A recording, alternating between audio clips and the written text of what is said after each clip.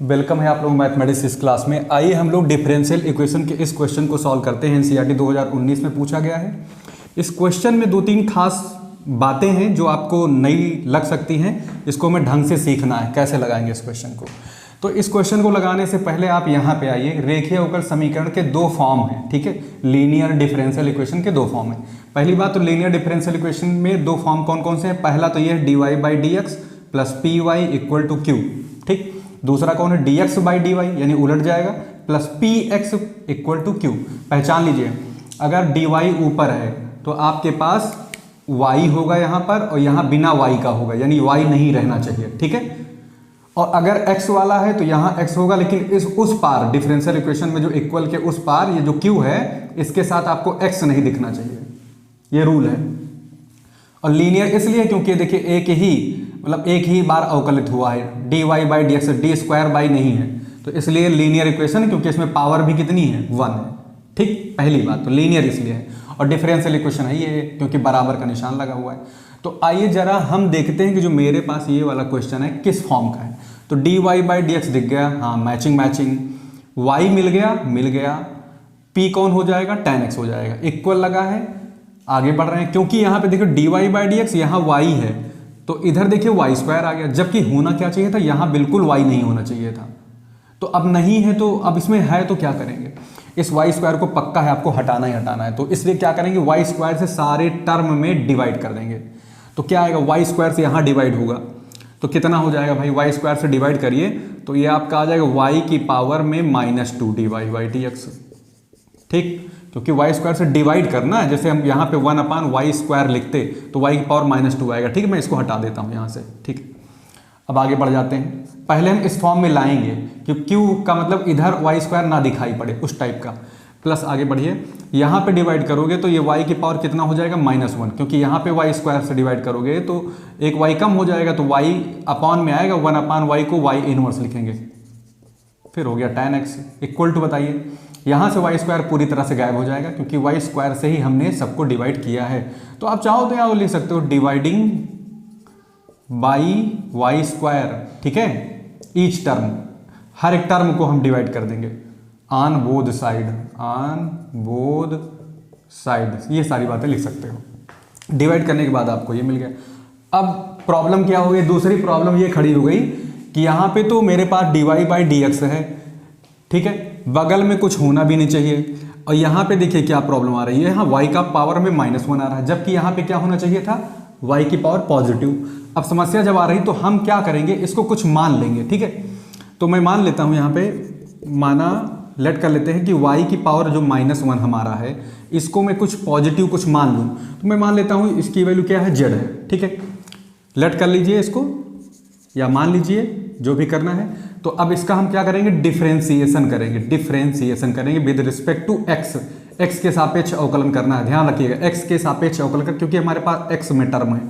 तो यहाँ पे हमारे पास जो अवकलन करोगे y का x के सापेक्ष क्या होगा, माइनस सामने आएगी, पावर सॉल्व होगा। जैसा कि आप डिफरेंशिएशन अगर अच्छे से करना जानते हो तो कोई समस्या नहीं है। और यहाँ क्या हो जाएगा, -2 हो जाएगा। अच्छे से पता है आपको x का अवकलन क्या, x की पावर n में क्या होता है, n सामने आता है, x की पावर 1 घात कम हो जाती है, तो ऑलरेडी निगेटिव, तो एक और कम हो जाएगा तो -2 हो जाएगा। अब y का करेंगे तो क्या मिलेगा, चैन रूल से dy बाई डी एक्स, और इधर क्या हो जाएगा, dz बाई डी एक्स, ठीक है। अब ये माइनस को उधर शिफ्ट कर दोगे तो फिर मेरे पास क्या आ जाएगा, y की power -2 dy by d x equal to, ये माइनस उधर मल्टीप्लाई में चला जाएगा तो dz बाई डी एक्स आएगा। खूब ध्यान से देखिएगा, बहुत अच्छा सवाल है, बहुत इंपॉर्टेंट क्वेश्चन है, और ये टेक्निकल क्वेश्चन है। ये सीधा dy बाई डी एक्स के फॉर्म में नहीं था, ये प्रॉब्लम आ रही थी। इस प्रॉब्लम को यहाँ सॉल्व करना है हमको। मैंने बता दिया यहाँ पे वाई स्क्वायर नहीं होना चाहिए, क्योंकि y का ऊपर है dy, तो यहाँ पे एक y की पावर 1 आएगा, फिर यहाँ पे y पावर 0, यानी y नहीं होना चाहिए, y वाला टर्म नहीं होना चाहिए, ठीक है। तो y वाला टर्म यहाँ मौजूद है, तो मुझे ये काम करना पड़ गया कि वाई स्क्वायर को हटाने के लिए डिवाइड करना पड़ गया। और डिवाइड करने के बाद हम यहाँ पे कुछ कर रहे हैं, इसमें ट्रांसफॉर्मेशन।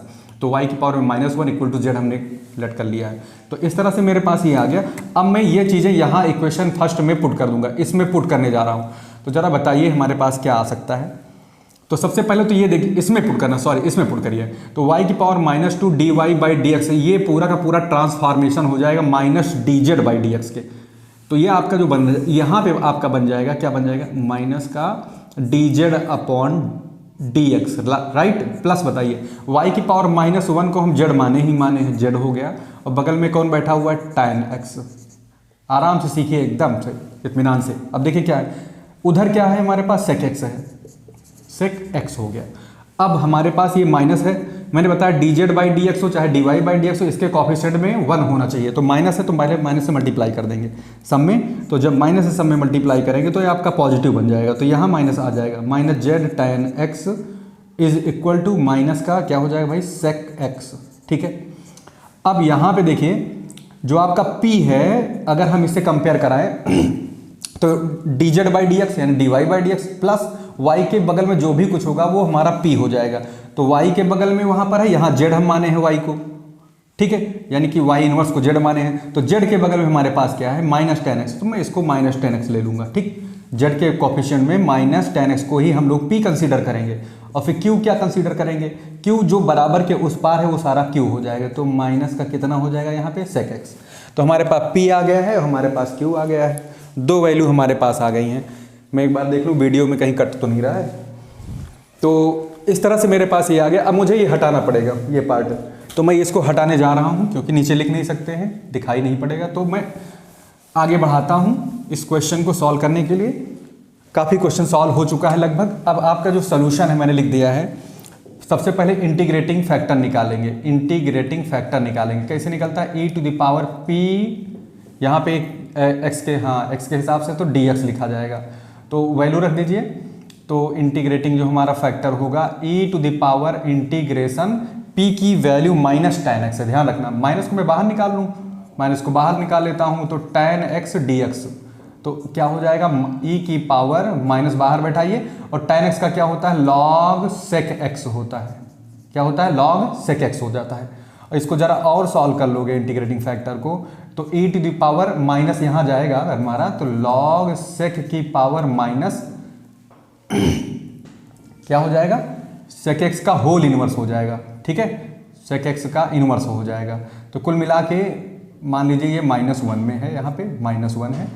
तो आपको पता है e की पावर log कुछ भी हो तो वो क्या आ जाता है, k यहाँ पे आ जाएगा। e की पावर log यहाँ पे पेन हो तो पेन लिखा जाएगा।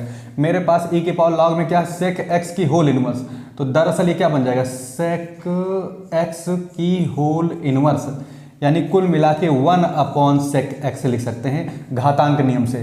तो 1/sec क्या होता है, cos x हो जाता है। तो इंटीग्रेटिंग फैक्टर निकालने का ये तरीका है यहाँ पे। तो मेरे पास इंटीग्रेटिंग फैक्टर निकला है, कितना आया, cos x आ गया, राइट। अब इसके बाद काम करना है, हमको हल लिखना है, इसलिए डिफरेंशियल इक्वेशन हमारा क्या बनेगा, डिफरेंशियल इक्वेशन का सोल्यूशन क्या बनेगा, हल, अवकल समीकरण का हल क्या होगा, फार्मूला क्या है हमारे पास। यहाँ पे हमने z के हिसाब से काम किया, तो z क्या लिखेंगे हम लोग, z इंटू इंटीग्रेटिंग फैक्टर, ठीक है, इक्वल टू समाकलन का चिन्ह, यहाँ पर इंटीग्रेटिंग फैक्टर होगा ही होगा, इंटू q लिखा जाएगा, और यहाँ पे क्या कर लेंगे हम लोग, x, और प्लस कोई कांस्टेंट। तो z लिख लेता हूँ। इंटीग्रेटिंग फैक्टर हमारे पास कितना मिला है भाई, देखिए यहाँ पे cos x मिला है, तो मैं लिख देता हूँ cos x इक्वल टू, फिर से इंटीग्रेटिंग फैक्टर हमारे पास क्या है, cos x into Q D x. Q हमारे पास कितना ही है, -sec x है यहाँ पे। तो -sec x को हम चाहें तो लिख सकते थे -1/cos x, ठीक है।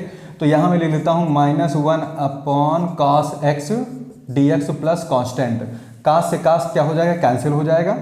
तो मेरे पास क्या आएगा, z cos x equal to, minus तो बाहर निकाल लीजिए, और यहाँ पे केवल 1 dx बचेगा प्लस कांस्टेंट, ठीक है, प्लस कांस्टेंट। तो मेरे पास अब हम आगे बढ़ा लेते हैं, z की वैल्यू क्या है, z की वैल्यू है y इनवर्स। तो मैं यहाँ लिख देता हूँ z की वैल्यू y इनवर्स के साथ में क्या है हमारे पास, cos x है, इक्वल लगा दो, माइनस हो ही गया है, और 1 dx का समाकलन बताओ क्या होता है, 1 का समाकलन क्या होगा, इंटीग्रेशन x होगा, क्या होगा, x। तो यहाँ x कर लीजिए, यहाँ पे प्लस कांस्टेंट कर लीजिए। तो यही हमारा क्या हो जाएगा, जनरल इसका सोल्यूशन हो जाएगा। इसको चाहे तो और अच्छे से लिख सकते हैं हम लोग, क्या कर सकते हैं, ये 1/y लिख सकते हो, इसको 1/y cos x equal to -x प्लस c। तो y उधर ट्रांसफर कर देंगे, भेज देंगे उधर, तो मल्टीप्लाई में चला जाएगा, तो -xy आएगा प्लस c के साथ y आ जाएगा। यही हमारा इसका जनरल सोल्यूशन होगा, यही हल होगा समीकरण, यही अवकल समीकरण का हल है। यही अवकल समीकरण का क्या है, सॉल्यूशन है, हल है। काफ़ी अच्छा क्वेश्चन है, स्टेप बाय स्टेप समझाने का प्रयास किया है, इसलिए ध्यान दीजिएगा, इसको ऐसे ही सॉल्व करेंगे इस टाइप के क्वेश्चन को।